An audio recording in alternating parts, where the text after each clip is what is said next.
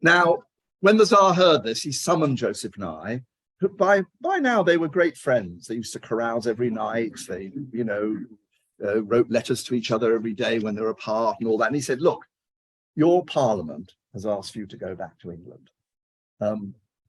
You can go if you like, but you can also stay and I will reward you. Most of them did stay, some went, but Joseph Nye stayed. So they were all called back again by the Tsar, and he said, I'm going to ennoble you all. I'm going to make you counts and dukes and whatever else you want. So by the end of the story, Joseph Nye, who is a simple shipbuilder from the Isle of Wight, had become a Russian aristocrat and had built the Tsar the most powerful fleet in the Baltic Sea. He ended his life, or he ended his time there, by carrying the Tsar's coffin when the Tsar died. It's an extraordinary story. But this was the first time that the English began to worry about Russia as a... Oh, now I've got to say, got it, hold on, okay. Got it, okay. Right, now this is the first ship that was built by, a replica of the first ship built by Joseph Nye. It's the Standard. There's the Peter the Great's flagship. This is it on a courtesy visit to Cowes in 2015. It's now a Russian naval training vessel for young Russian cadets based in St. Petersburg. But it shows you the style of the shipping that Peter the Great was able to invest in at that time.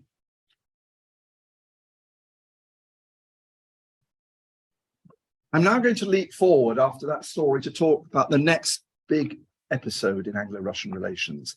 After Peter the Great, we had Catherine the Great, Alexander I, and relations between Britain and Russia were quite good during that period. Catherine the Great admired Britain greatly. Alexander I, of course, fought with Britain in the Napoleonic Wars. So there was quite a degree of trust at that time. This is when it all went horribly wrong. This is Tsar Nicholas I. He was the younger brother of Alexander I. He is a favorite of Putin. Now, why is he a favorite? This is an interesting question. He introduced the concept into Russia of three pillars of the Romanov regime: autocracy and top-down rule, the domination of the Russian Orthodox Church in every aspect of life, and thirdly, the supremacy of Russian ethnic nationalism and the gathering together of all Russians within the borders of the empire, the Tsarist empire. That is the philosophy that Putin now follows in many ways. So this is the man, in a sense, who created the kind of Romanov ideology, which was to sustain the empire through its last 100 years, till its collapse in 1917, and which I would argue Putin has now picked up on. He, surprisingly, was an Anglophile. He loved Britain, and he thought he could do a deal with Britain. He didn't like the French because he suspected their Republican tendencies. So in 1844, when Queen Victoria got to the throne, he decided he would come and visit Queen Victoria personally. Now, he was not popular by this time in England. There was a lot of popular opposition to him. There'd been a big uprising in Poland in 1830, which had been brutally crushed by the Tsar. Russian troops had gone in, they destroyed whole towns and villages. There were thousands of Polish refugees leaving Poland, many of them coming to Britain. They settled in Britain and they turned the attitudes of the British people against Russia and against the Tsarist system, despite the fact that 20, 30 years before, Britain and Russia had fought together against Napoleon. This is a cartoon from Punch, I think, which illustrates how Nicholas was viewed, riding on a sledge called despotism towards a precipice. I think if you just replaced him with a cartoon of Putin, that would probably be very popular in today's newspapers. So he arrives in June 1844. He doesn't even warn Victor and Albert he's coming because he's so worried about his own security. He arrived at Woolwich at midnight with a straw mattress under his arm, and was taken straight to a boarding house next to the Russian ambassador's villa. He would stay with the Russian ambassador. And at about 1 o'clock in the morning, he wrote a letter to Victor and Albert saying, "I'm here, I've arrived." Well, they were absolutely horrified next morning when they got this letter. First of all, they got this Tsar who they never really wanted to have on their soil, but they knew how unpopular he was as well. What the hell were they going to do with him? Now, they organized a series of visits for him. He went to London Zoo, he went to the Ascot races, but everywhere crowds began to jeer him. The Queen had a hard time explaining the crowds were actually cheering him, not jeering him. You know, he chose to believe her, whether he did or not. He said, "Yes, it's lovely." He said, "All these people turning out for me." But there were banners and there were shouts and all that kind of stuff. Lots of cartoons again. This is a delightful one from Punch, showing Nicholas as a punched up bear being baited by Queen Victoria around with a pole on which hangs the sign Poland, just to torment him. Because he'd gone to London Zoo and he loved the giraffes and he loved the bears, so there were lots of mockery about him there going on. He really believed that what he'd come for mainly was to try, and his main reason coming was to try and talk about Turkey and the Ottoman Empire. He believed that they could, Britain and Russia together could divide the Ottoman Empire up. So his main objective in coming was not just to be nice and have a nice time at the Ascot races and do all that sort of stuff, was actually to say, come on, let's get together and let's divide the Ottoman Empire up in a way that will suit both our interests. That was the sort of consequence of that. Hold on, I'll just see if I've got the, yeah, that's it there, yeah. Well, he had many meetings with the Queen and with Prince Albert and also with the foreign minister and the prime minister at the time.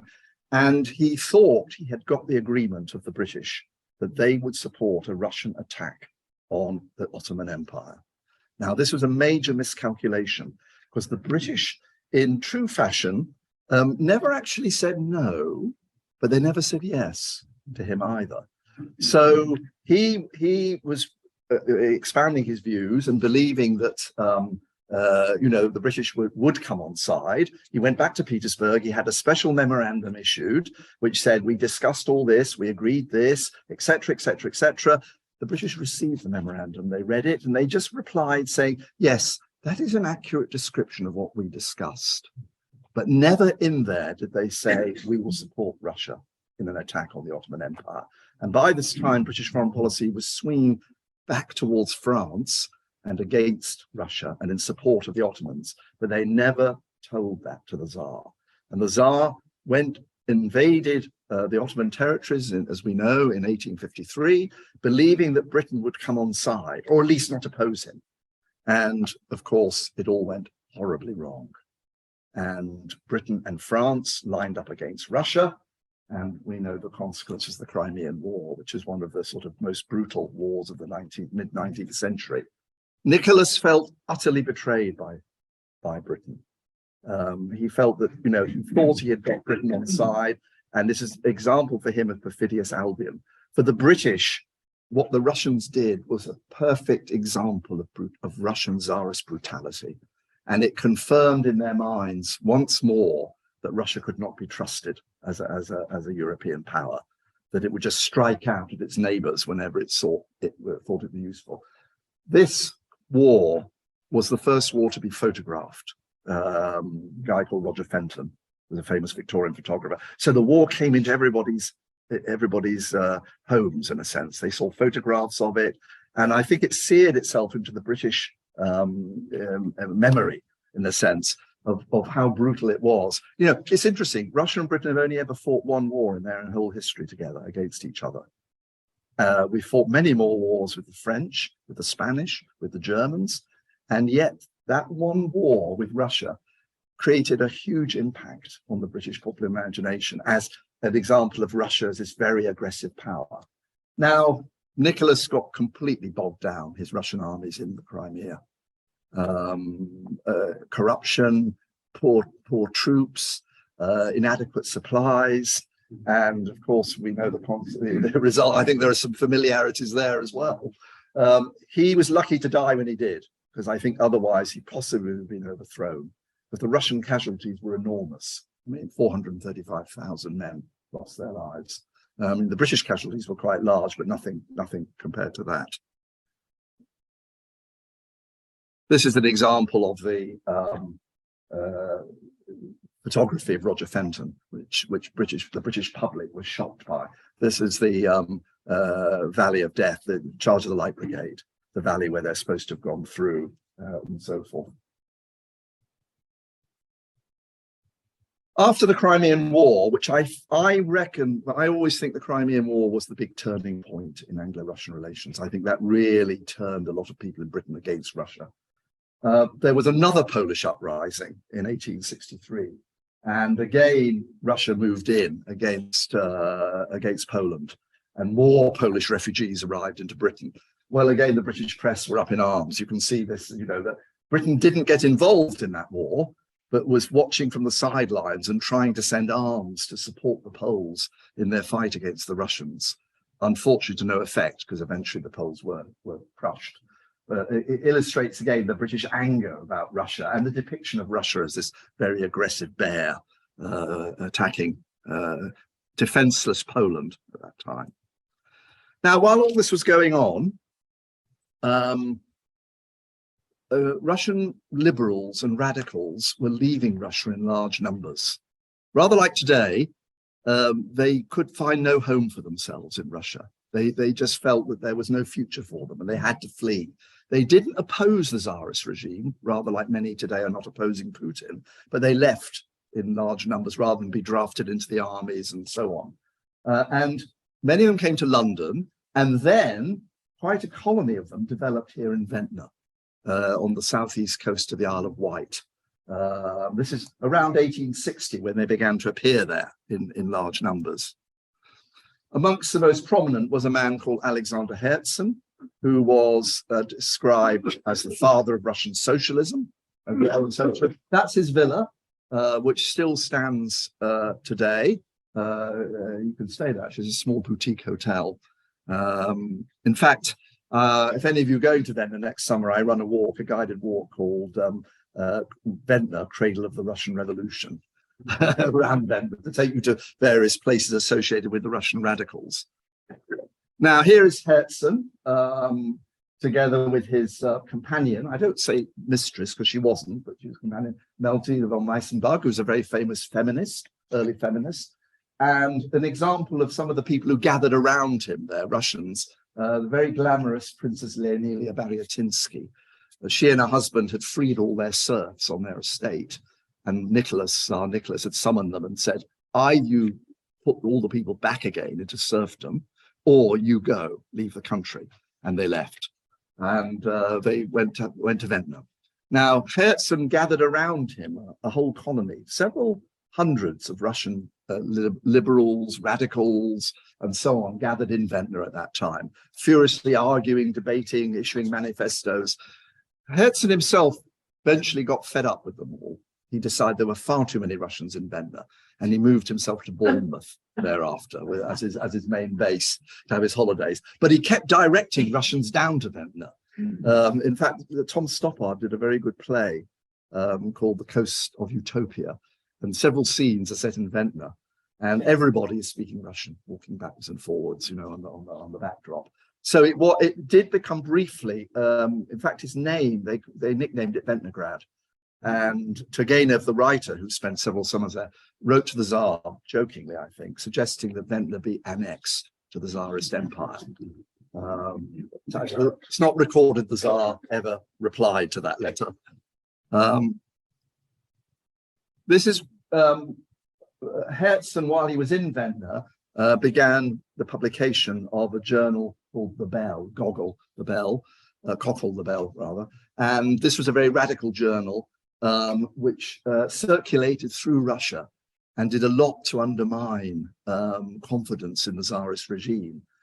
Interestingly enough, after Nicholas died, his son Alexander II, known as the Liberal Tsar, corresponded a bit with Herzen. And one of the first things he did was to free the serfs. And they say it's Herzen's writings at that period which helped influence Tsarist thinking at that time. But perhaps one of the most famous men to sit in Ventnor was a man called Turgenev, Ibn Turgenev, the author of Fathers and Sons. He arrived in 1860, directed by Herzen to go to Ventnor. And while there, he had a terrible nightmare. And he'd been on a walk along the coast, and he felt himself chased all the way back to Ventnor by a very evil spirit. And he went to bed very shaken. The next morning, he woke up not feeling much better. And his companion, the historian Annenkov, said, look, I think you better just go out and sit on a bench and get some sea air. You'll feel a lot better after that. He went and sat on this bench, and he began talking to a young man. This young man turned out to be a Russian doctor called Bazarov, that was the name. And they began to talk.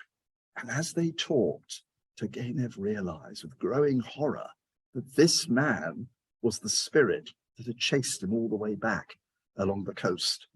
And he began to talk to him, and he said, well, what do you believe in? And the man said, I just believe in rational progress. But don't you believe in art? No, no place for art in the world. Don't you believe in love? No place for love. Don't you believe in, you know, philosophy or that? No, I don't believe any of that. I just believe in machines and rational material progress.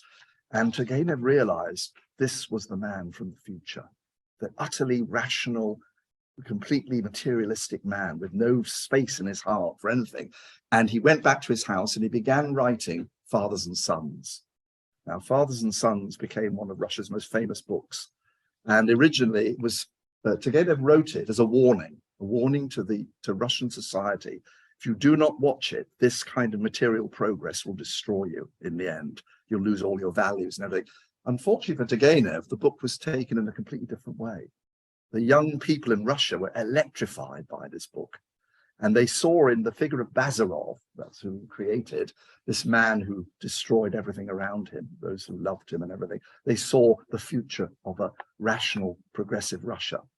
And out of that came a movement called nihilism, which was basically a radical political philosophy that didn't really believe in anything except to destroy what was around you. And that movement eventually created the territory into which Marxism and Bolshevism would move. It's interesting that the first Soviet Minister of Economic Planning took the name Bazarov in honor of the figure in Turgenev's novel. So Turgenev, though himself not a real revolutionary, perhaps helped create the climate which would sustain in later years that radical revolutionary thinking in Russia. And of course, the last man to appear in Ventnor was Karl Marx. And he spent the last 2 years of his life there, last 2 winters of his life there, writing the final volumes of Das Kapital. In between, he used to nip down to the high street and enjoy very nice cream teas in a cafe. So there's this sort of champion of global Marxism, enjoying perhaps the most bourgeois of delights, you know, with his strawberry jam and cream teas. Anyway, from there, he corresponded with young Russian Marxists about the future. He never actually thought Russia, there would be a Marxist revolution in Russia. He thought Russia was too backward.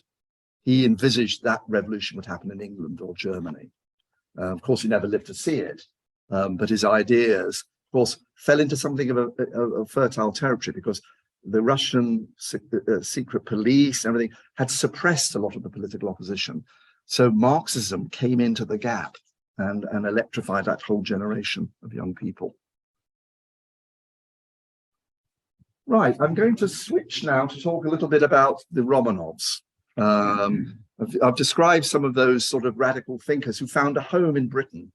And remember, to the Romanovs, the fact that the Britain was giving shelter to those sort of people was deeply shocking.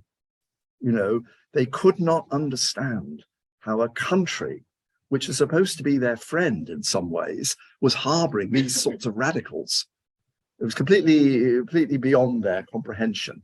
Of course, for the British, they did not mind. So long as those people didn't do any harm in Britain and didn't create any trouble in Britain, they were quite happy for them to come and settle here. So it's completely different, opposite views there.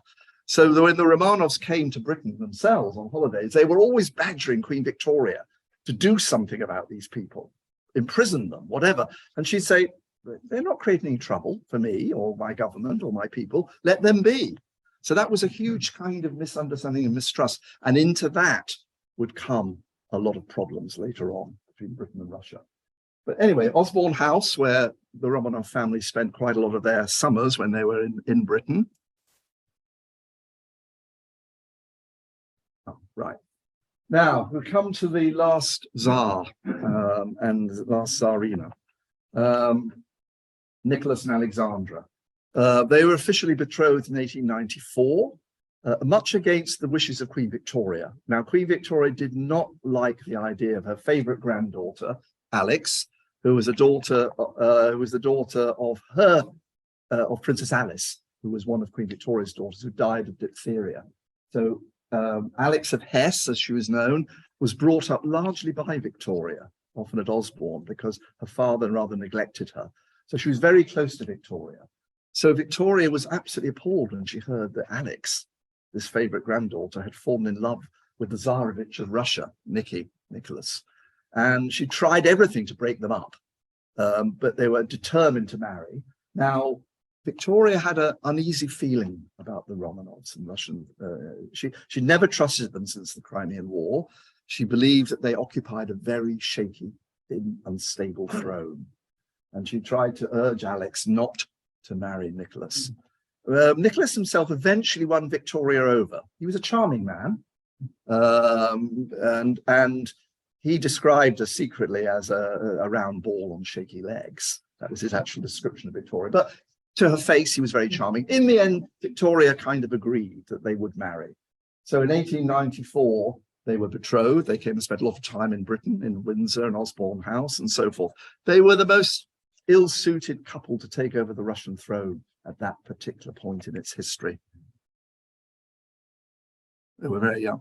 Now, after she was betrothed, Alex had suffered from a lot of health problems. She decided to disguise herself as Baroness von Starkenberg, and she came to Harrogate.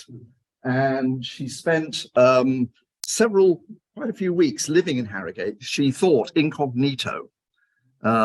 She lived in this place, Cathcart House, which is still standing. There's the plaque which tells you a little bit about it. While there, she had a very Henry James-like experience. She began to believe this woman was stalking her. And, but you know, word was getting around that the Tsarina, future Tsarina of Russia, was in Harrogate. And she began to dread going out. And everywhere she'd scan, looking at the horizon for this woman. It's very like sort of Turn of the Screw or the Aspen Papers or something a little bit creepy. But in that strange reaction she was having, I think you can see the future sort of seeds of her own inability to deal with the public. She was a very introverted woman, the future Tsarina. She didn't like crowds. She didn't like having to meet people. She preferred to live a very introverted life. And this was to have serious consequences for the Romanov family in its final years. Cathcart House is actually very interesting. You can see how many royalty visited there. And the Tsarina actually became the godmother of the Allen family children, who were the owners of the house.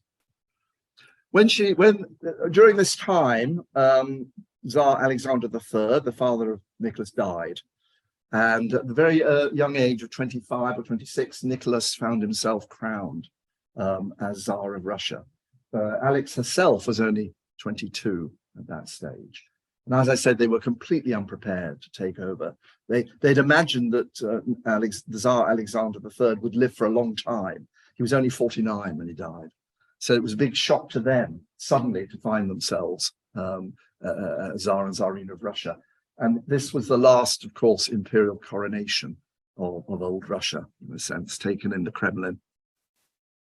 Now, Russia and Britain had not particularly been getting on well during this period. This is what's called, in a sense, the Great Game, the great rivalry between the two empires. Here they are fighting over China in a cartoon. The other European powers kind of crowding behind them, looking a little bit nonplussed. So the main battle was always seen to be between Britain and Russia. at this period. And so, you know, the British press whipped up a lot of anti-Russian feeling over this. They nearly came to war over this incident over Afghanistan. It's called the Panjshir incident. But fortunately, by this time, Britain and Russia were beginning to get worried about another power that was emerging, Germany, under the Kaiser. So although they almost went to war, they didn't at this point. And then in 1907, the most amazing thing happened, which no one had predicted. Britain and Russia signed an agreement, what's called the Anglo-Russian Convention. This is the first proper agreement between the two empires that had ever been signed, basically for understanding and collaboration over Central Asia to avoid any future conflicts, largely driven by Edward VII, the peacemaker, and by Tsar Nicholas, who was also committed to international peace. It was an extraordinary agreement and ushered in probably the only period in Anglo-Russian history, apart from the Napoleonic Wars, when Britain and Russia saw eye to eye and were allies. And this is but you know, Punch didn't really believe it. They were very skeptical about the Russians. And you can see here, you know, the Russian bear is sitting with its back to the British lion. And they're sitting on a squashed cat called Persia. So there's a kind of feeling this would not last. In fact, it would last. It lasted all the way till the revolution, this new alliance between Russia and Britain. To set the seal on this new alliance, it was decided to invite the Romanov family to Britain on a visit. This was set for 1909, and where to send them? This was the question. They didn't want to bring them to London because they were worried about security. They didn't know, they thought to take them to Sandringham for a while. Then they thought, no, we'll invite them to the Isle of Wight, because that's, after all, where the Tsar and Tsarina have had their happiest days. And Edward VII said, sure, you know, I'll entertain them there on my royal yacht. They'll have a wonderful time. So it was all set for August 1909 that the Russian imperial family would make a visit as a whole family to Cowes to set the seal on this new alliance. Now, the background to all this was that meanwhile, a lot of Russian emigres had been coming to Britain. And these were not the rich aristocrats of the 1860s. These were desperate, poor people, many of them Jewish, driven out by pogroms, many of them ending up in the East End of London, where they were hugely resented. They came across in boats across the Channel. Nobody could stop them, it seemed. They were coming over, thousands of them at a time, actually. And the British press was going completely mad about this. You know, someone saying, you know, as I was sailing in on my ferry, I saw all these boats crammed with people coming in and landing. Was there nobody there to stop them or do anything about them? Anyway, they all ended up in the East End and other parts of Leeds and Manchester and York. I think some came to York actually as well. But they were greatly, they were a great pool of opportunity for Russian terrorists and anarchists to start moving into and to start creating some incidents in Britain. And the Polish writer Joseph Conrad captured it all very well. He wrote a book called The Secret Agent, which came out in 1908 or 1907, which sort of postulated that there was a Russian terrorist attack in London at the Greenwich Observatory, killing several people. And he developed this extraordinary plot whereby the Russian embassy was funding Russian anarchists and terrorists to commit terrorist acts inside Britain in order to turn the British people against Russian anarchists and terrorists and others. So, you know, only if you know Russia can you believe that this could actually be possible. You know, that the Tsarist police, secret police, were involved in funding anarchist movements to commit terrorist acts in order to stir up trouble and resentment in Britain against the Russian minorities there. And of course, it had its consequences. In 1909, just before the Tsar and his family came to Britain, a very famous terrorist incident happened in the Tottenham marshes. And when Russian anarchists hijacked a tram, they killed several people, including a 10-year-old boy and a policeman. And here they are, the police are chasing them in another tram along the way. And the anarchists were eventually tracked down and and killed in the Tottenham marshes. Then again, there was another terrorist incident around that time at Sydney Street, whereby a Russian anarchist murdered several policemen and blew up a bank. There's Winston Churchill, who was the Minister of the Interior at that time, standing at the front. And all this created an image in people's minds that these Russian terrorists could not be trusted. There was great fear across the country about Russian terrorism and what was going on in the country. So this was the background to the Tsar's visit. Now, what did the Russian government do? They decided that they had to mount the most amazing cultural relations program.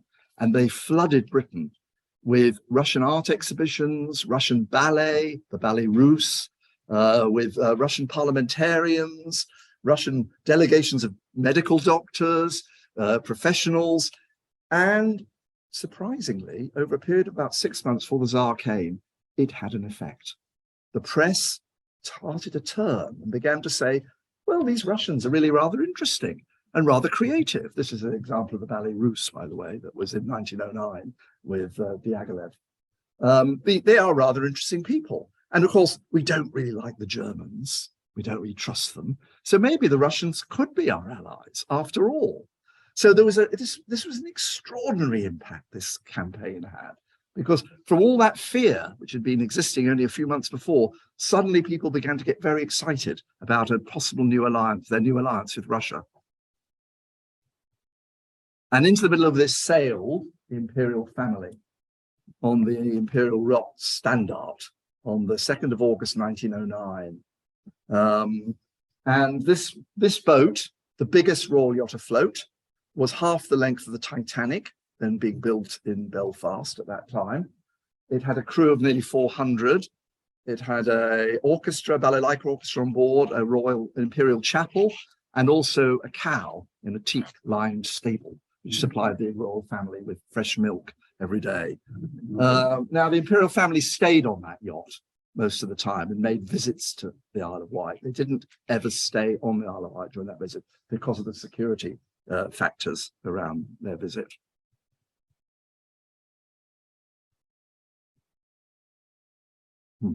Moving, sorry. Oh, there we are.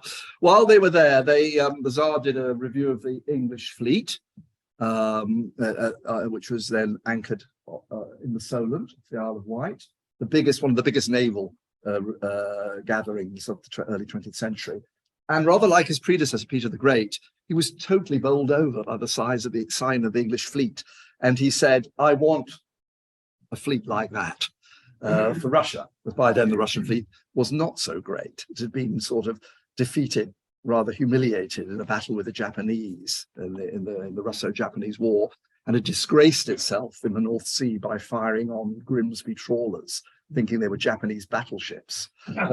So it hadn't been a great time for the Russian Navy. So Nicholas saw this. Unfortunately, one of his battleships accompanying him nearly collided with one of the English battleships, so it wasn't a great success. Sadly for him, of course, the First World War came too soon for him to realize his plans on creating a new Russian fleet.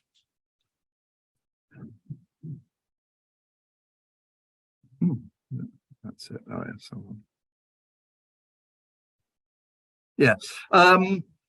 This is the regatta at Cowes in 1909. There were, yachts from all over the world. It was the most glamorous occasion in the social calendar of Edward in England at that time. Princes, emperors, kings, they all flocked to be at Cowes, plus all the sort of aristocracy from all over Britain at that time would be there. The Kaiser sent his latest yacht.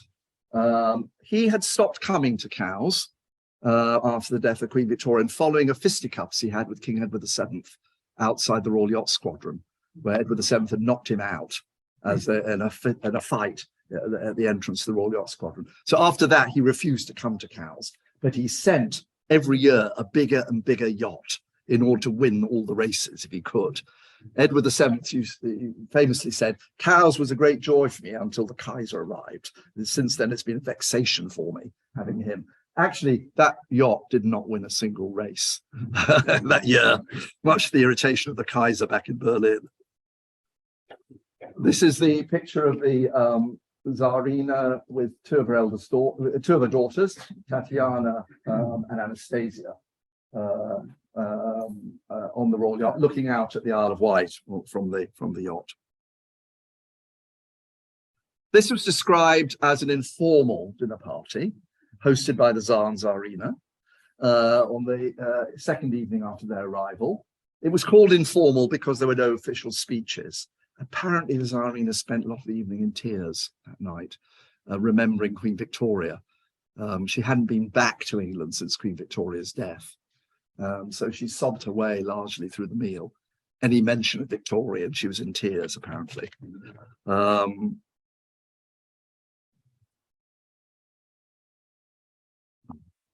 Sorry, these slides are sort of sticking a bit, but yeah. Now, this is an interesting little story. I'm conscious of the time. I'm going to have to wrap up fairly soon. But the two eldest daughters of the Tsar, while their parents were out sailing, decided to make an illicit visit to Cowes and do some shopping. Now, they'd never been out of the palaces in their lives. This is their first time ever. And they were given a little bit of money. They stole off the royal yacht, imperial yacht, made their way. They studied how to dress. They wanted to dress as typical Cowes or English schoolgirls. So they didn't want to have anything too formal, they thought. And they thought would be not noticed at all. They paid for the first time with money in their lives. And then they went down the high street, buying up pretty well the stock of every shop they were in, which did arouse some suspicion. You know, they went into a pharmacy where they bought all the perfumes and all the hairbrushes. They went to a newsagent where they bought every postcard of their parents that could be seen, and their other royalty and so on. Eventually, some Russians in a carriage recognized them and stood up and began to sort of photograph them. And at that point, people in the street said, word got around, the Tsar's family were in Cowes. And suddenly, they were surrounded by a huge crowd of people pressing in on all sides. This was taken soon after that crowd assembled around them. Now, they loved it because everybody was shouting, long live the Tsar, long live the Tsarina, etc. But the police were having hysterics, and they took them into a jeweler's shop. They were followed in by 35 women who followed them in and began to touch the Tsarina's hat, the Grand Duchess's hats, and ask for their autographs. And the police eventually had to take them by a back route all the way back through the Cowes, back onto the royal yacht. Now, when their parents arrived back, they were furious. They were sent that night to bed without any supper at all that night. But they had the most wonderful day. And rather sadly, in years to come, when they were imprisoned in Katerinburg and places, apparently they talked about this afternoon in Cowes as amongst the happiest time of their lives. They'd actually been free and able to do what they wanted to do for just a few hours without that stifling security all around them. Now, the two imperial families met. This was the great gathering. This irritated the Germans no end, this photograph, when it was issued, because this was a clear statement that Britain and Russia were now allies. And the Germans were beginning to think, well, my goodness, we are being encircled. Russia, France, and Britain are all allies at the moment. And so this probably in some ways began to accelerate that path towards the First World War. You can see Edward VII, Prince George, the future George V, and the little boy standing there on the far end of the future Edward VIII. That point, and then of course the Tsar and all this. So there's Prince George or George V there, and with the family. So this was a high point in the Anglo-Russian relationship. It never has got better than this. This was the peak of the Anglo-Russian relationship, and in fact, you know, what they talked about then was that the 20th century would be the Anglo-Russian century. They would get it right. And between them, they would divide up Asia and they would manage Europe. This was the view they had, they were beginning to come to. This is again a picture of the Tsar with future George V. It's hard to look at that photograph and realize that only a few years later, George V would deny asylum to the Russian royal family. in 1917 when they were overthrown. You know, so much for cousins and fighting together in a war, but George was worried and terrified that bringing the Tsar and his family to Britain could have provoked a revolution in Britain against him. I don't think there's much likelihood of that, but he was scared into it by his private secretary. It's a very shameful thing, which I think the royal family today find difficult to deal with, that what happened there. So 1914, Britain and Russia went to war together as allies. And as I've said, you know, Britain and Russia have tended to fight together in most wars, you know, right the way through to the Second World War, in effect. An interesting sideline of all this is the Anglo-Russian Hospital, which was set up in 1915. And it was funded partly by the British government, partly by the International Red Cross, but also by a lot of philanthropists in Britain. The most famous was, it was called the Empire's Gift to Our Russian Allies, and funds for it were raised by the British Red Cross and by Lady Muriel Paget and Lady Sybil Gray, two very well-known philanthropists who both went out to Russia to set it up. It was setting new standards. They were given a palace, the Belozorsky Palace in St. Petersburg, to take over, and they recruited an entirely British staff of nurses and doctors and other volunteers to staff the hospital. And they manned various field hospitals also on the Russian-German front at that time. They treated thousands of patients in that period. This is some of the staff, nurses and others gathered.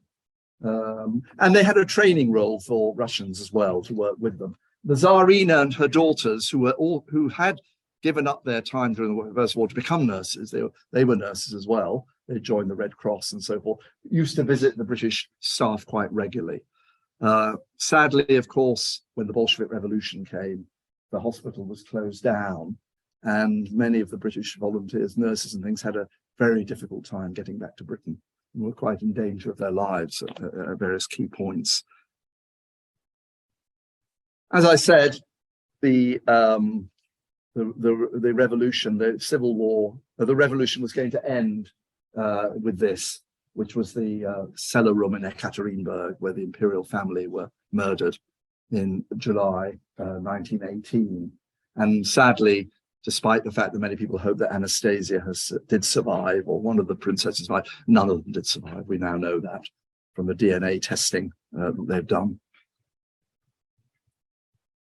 And to bring it full circle, in July 2018, the Russian monarchist associations in Russia and Britain, supported by the Russian government and by East Cowes Town Council, unveiled a memorial cross to the Romanovs on the road up to Osborne House, in memory of the family, in a sense, and of that high point in Anglo-Russian relations, which ended so brutally in 1918 with the murder of the imperial family. And that, in a sense, marked, although there were survivors of the imperial family, there were not many. Two sisters of the Tsar eventually came to Britain. One of them then went on to Canada, and the one final sister, one younger sister of the Tsar, who ended her life at Hampton Court. She died in 1960 in a small grace and favour apartment given to her by the British, by the Queen. They were, you know, in the end, a rather forgotten family in Britain, the few survivors. But as I say now, there is a kind of revival of interest in Russia, in the Romanovs, and their history, and the role they played in Russia's history is being rehabilitated, which is why I think that the role that they played in shaping Anglo-Russian relations continues to echo to the present day. Thank you very much. Yes.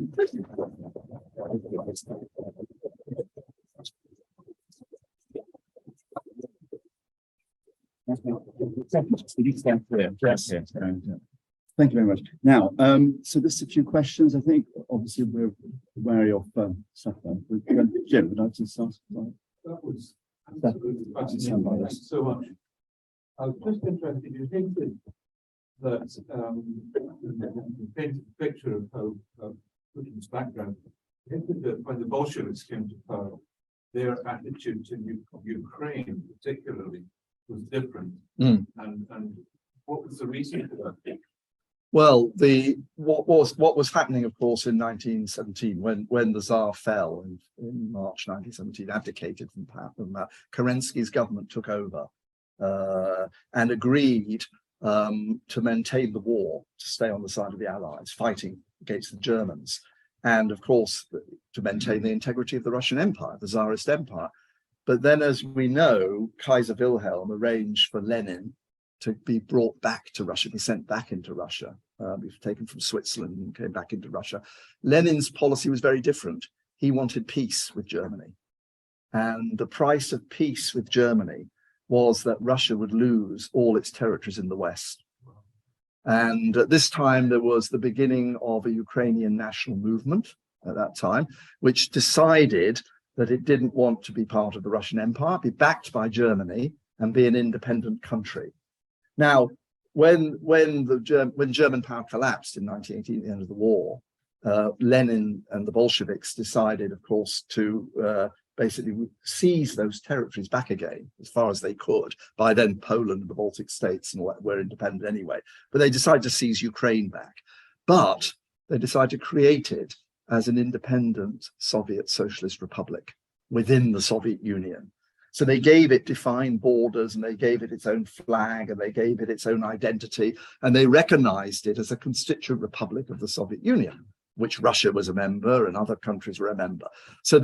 So as far as Putin is concerned, Lenin basically gave up those territories, fueled a kind of independence movement in them, backed by Germany, admittedly, and then failed to grab them up, take them back as part of Russia, allowed them to have their own identity and grow their own feeling that they were a separate country, which of course is when in 1990 the Soviet Union collapsed. They voted for independence from the Soviet Union completely, from Russia.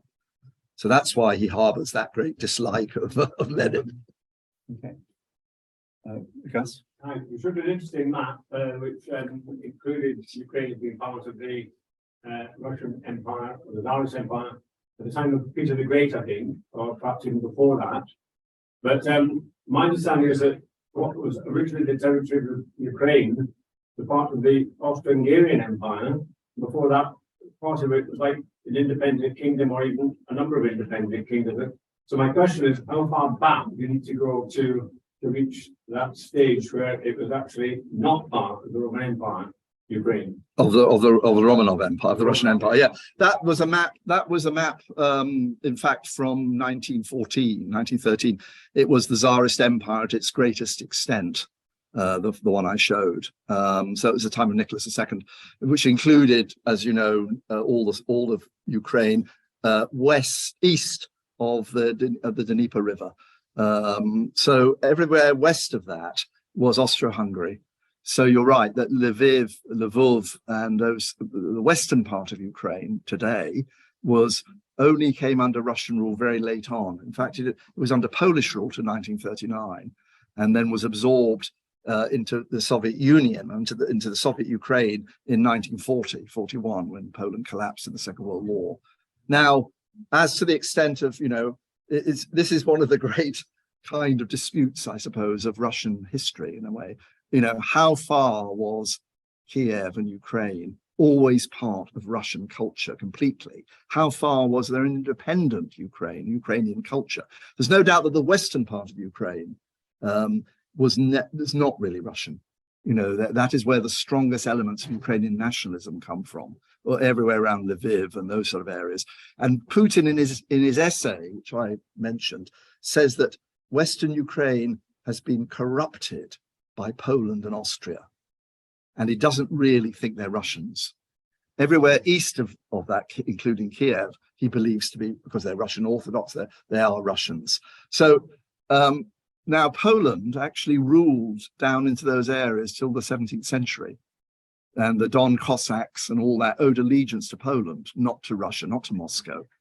But it's around about the middle of the 17th century that that Russia began to move into those areas. So Kiev and that became under the Russian Empire, under the Muscovite Empire.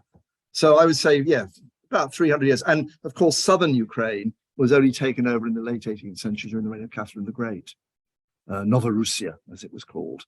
And, you know, there's every evidence that Putin, had he been successful in capturing Ukraine, intended to give it the name New Russia, Novorussia, the old Tsarist name, Novorussia. And I don't personally think he would have gone into Western Ukraine.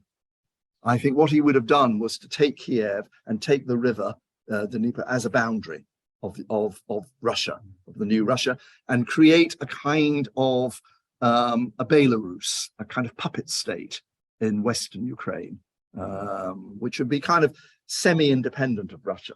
And because it's Catholic and it has an Austrian and Polish tradition, he didn't want it in Russia. So it's very contested, quite honestly. And, you know, for every history book you read in Poland or Russia, there are different views. But I personally think that Eastern Ukraine had been Russian and Russified for about 300 years and felt itself part of Russia. Thank you for the talk about that, Jackson. It's not of interest if he is a supporter of Stalin. How does he justify Stalin's imposition of the Holodomor in Ukraine, which killed many, many millions of people through famine? A lot of money, I guess. But how does he justify that?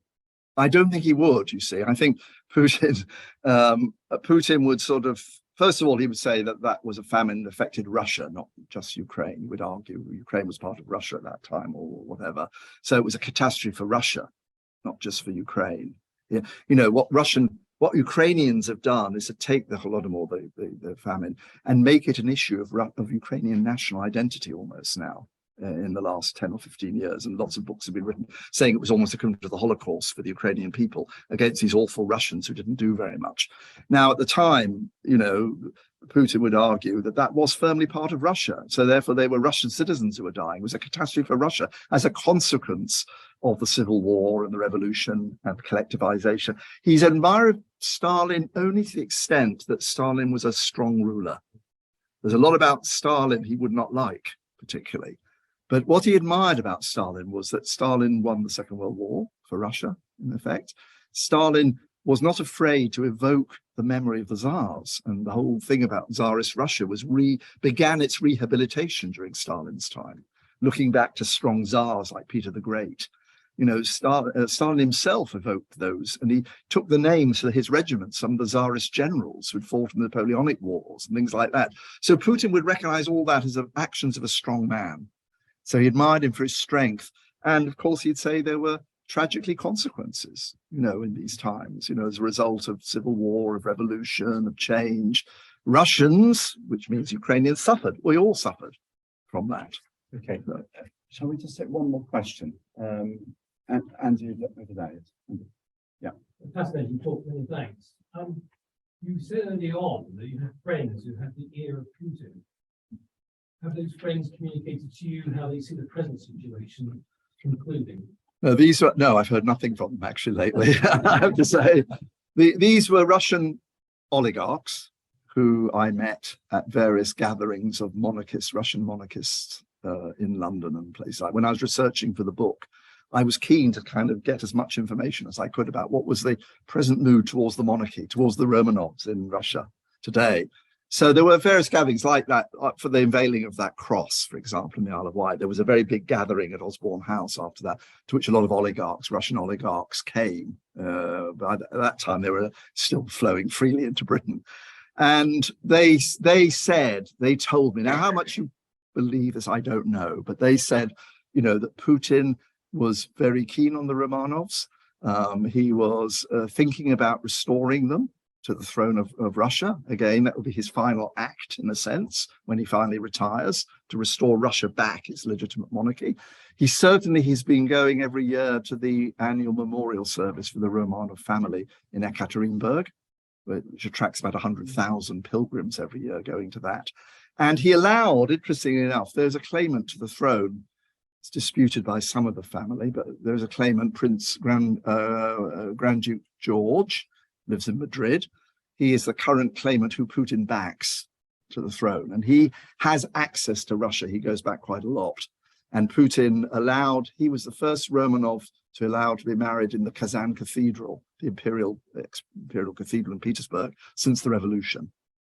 And Putin himself didn't go to the wedding, but he gave to this wedding, he gave his chef to cook all the food. Now, this might seem rather weird and odd, except you think that for Putin, his chef is one of the most important people in the world, because his chef is tasting all the food and making sure there's no attempts made to poison Putin in any way at all through food and dishes. So he trusts this man absolutely implicitly. He's very, very close to Putin. So he gave this chef to cook the food for the claimant to the Romanov throne. And many Russians said to me, that is really significant, because in Russia, when you give bread and salt and food to someone, what you're saying is, you are my close friend. You know, if you invite someone into your home and you cook them a meal and all that, that is seen as like a blood brother almost, bringing them in. So the very fact that he lent his chef to cook the meal for the Romanov family was almost like, you know, I'm not coming myself, but I'm going to give you, you know, one of my most prized and precious assets, in a sense. So it's very interesting. So it's hard to say. I mean, I personally think, you know, 30%, in recent polls, 30% of Russians say they would like the royal family to be restored. So it's not yet a majority of Russians who would argue for that, but it's 30%. You know, it's still a fairly significant number. On what terms they'd come back, who knows?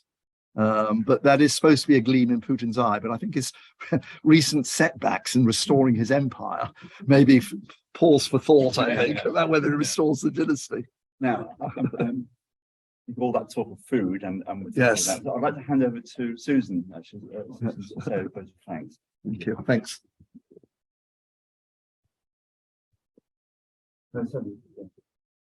Hi. Well, I'd just like to say on behalf of us all, that was an absolute delight. I found it so colourful and fascinating and completely different to anything I've heard about Russia. We have so much of a black and white view of Russia, very black, through the media, and it's interesting how the media have manipulated things in the past and will continue to do so. So it's nice that I feel like we've had a bit of a window opened onto the Russians, and it's fascinating how you've actually brought them to Britain as well with the Isle of Wight connection. Yes. I had no idea about that. And Harrogate, for heaven's sake, you know, it was really fantastic. I really thoroughly enjoyed it. And it's great to have some context to it all as well, because we just don't get that through the media either. So thank you very much indeed.